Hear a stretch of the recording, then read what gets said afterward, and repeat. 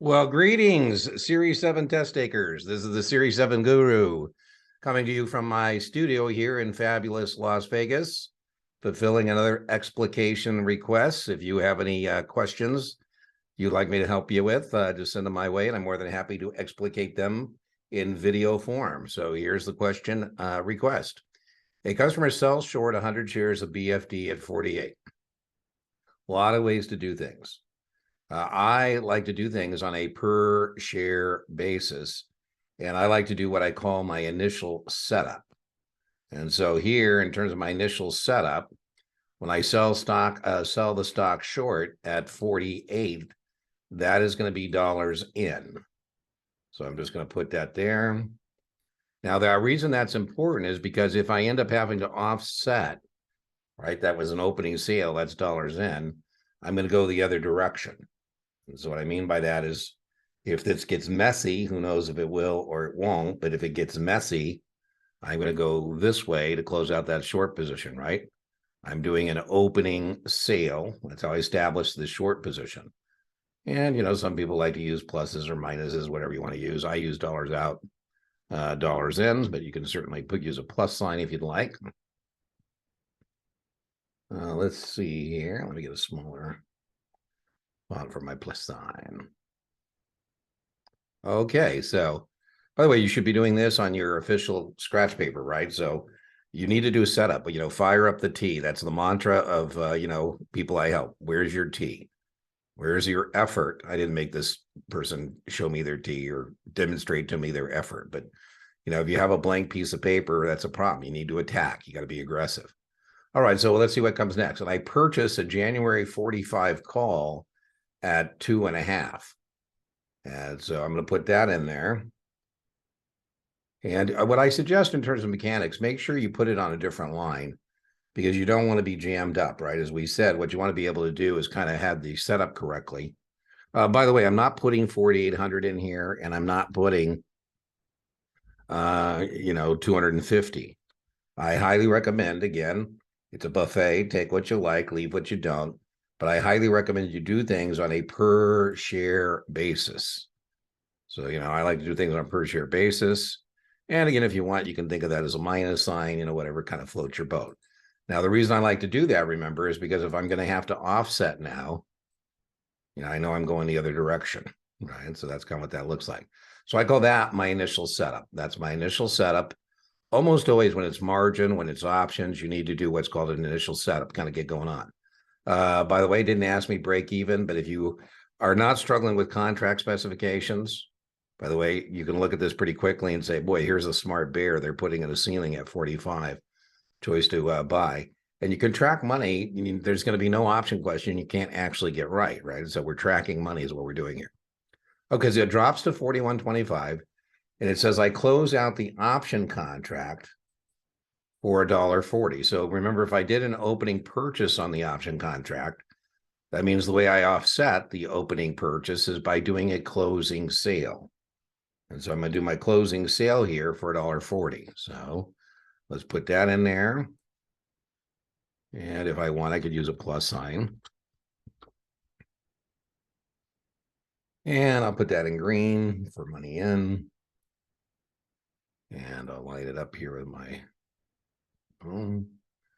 Okay, so then it says, and I close out, I buy the stock when if I'm short, right? Remember, I'm hoping to sell high, and I sold at 48 and buy low. And it says I'm going to buy back the stock at 41.25. So I'm going to put that in. Again, it would be a mess if I put 4,102.50. So I'm just going to put, per share. Then when I'm all done, just remind myself that I'm discussing here a 100 shares. So that's 41.25. And again, boom. Now, what I like to do here, now it says the customer has. So now what I'm going to do is I'm just going to net these two columns and see if I have more money out than in. Because, I'm either going to have a profit or loss here. So let's see, I paid 41.25. I'm going to get out my calculator here. And I paid 41.25 for the stock. 41. I'm terrible at arithmetic. So, if somebody offers me a calculator, I'm saying thank you very much. So 41.25 plus 250. So that's 43.75. I'm going to put that over here.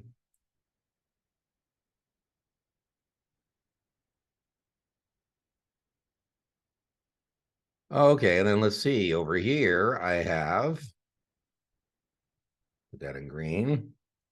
I brought in for the short sale 48, and I sold the option contract or for $1.40. So 48 plus $1.40 equals 49.40.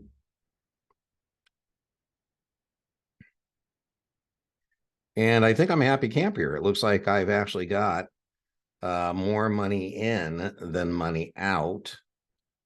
And so now I'm going to net those two numbers. Let's see. So I got 49.40 in, and I have 43.75 out. And so the difference is 565. So I've got 5.65 more. And so I'll put that. So that's a profit. And now this is when I do my multiplication once. So now I'm going to times that. I remember one contract, we're talking about 100 shares.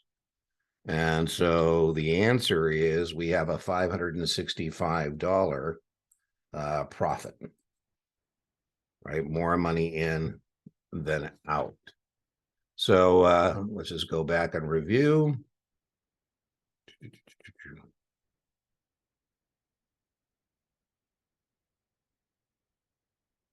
A customer sells short 100 shares of BFD at 48 and purchases a BFD January 45 call at 2.5.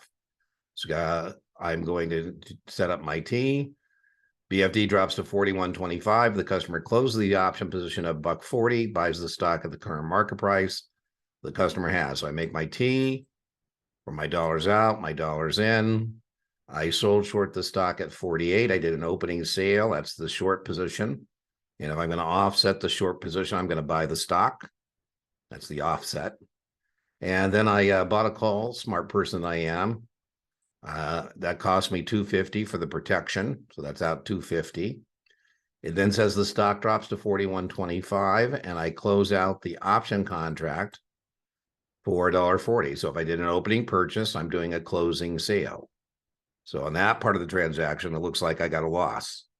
By the way, who cares about, either, part of the transaction? What we're interested in total, what happened.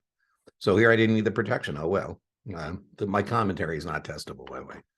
What is, can you, track this? And then I buy back the borrowed stock at 41.25. So now I just net that and I say, okay, well, I was out 43.75. I brought in 49.40. The difference between those two numbers is 565. It's 100 shares, so the profit is $565. So remember, inch by inch, your Series 7 is a cinch. Yard by yard, your Series 7 is hard. I will put a lecture in the comment section and in the video description where you can practice your skills on some more option stuff. Talk to you for the next one. I got a couple more requests here, so there'll be a couple more videos after this one.